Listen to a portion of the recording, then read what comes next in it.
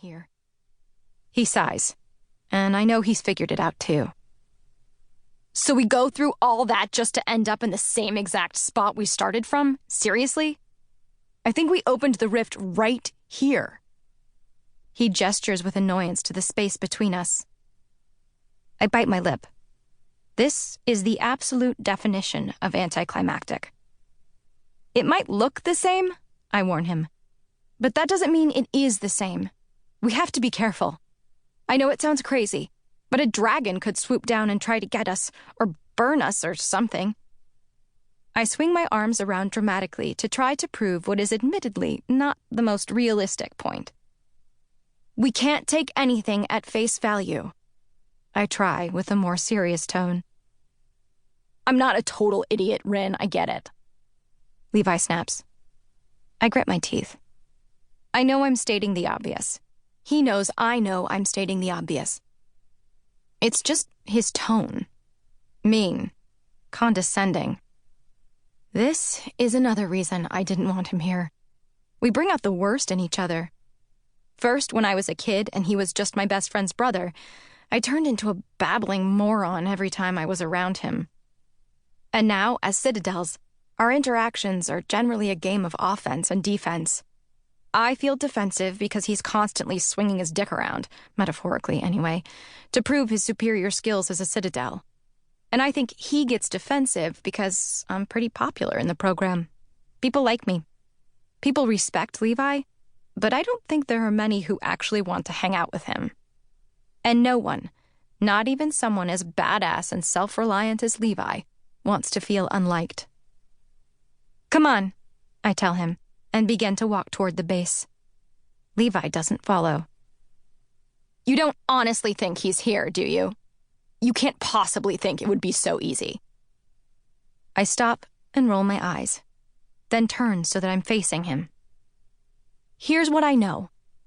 The coins device uses harmonic resonance to open a rift. It's programmed to find the exact note of Ezra's quantum signature, the one that only resonates to him and his specific Earth, which is where he's headed. So it will find him. I get that this is an eventually kind of thing, but we will end up in the same place, maybe on an Earth like this one that's on the way.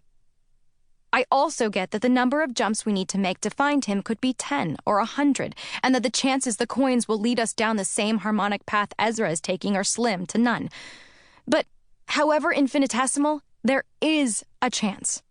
So we are going to check every single Earth we jump to, because the not knowing if he's alive or dead, or even okay, is practically killing me. So if you have a problem with that, you can stay here and sulk or do push-ups or whatever the hell it is you do when you're not getting your way, but I'm going to look for him. Levi narrows his eyes at me and then stretches his neck from one side to the other like he's cracking it. I never said I wasn't going with you, or that it was a bad idea to investigate our surroundings. I was just trying to manage your expectations. Believe me, I know how desperate you are to see your boyfriend. Don't. I interrupt before he can say something awful, but he keeps going anyway. No, really, I get it.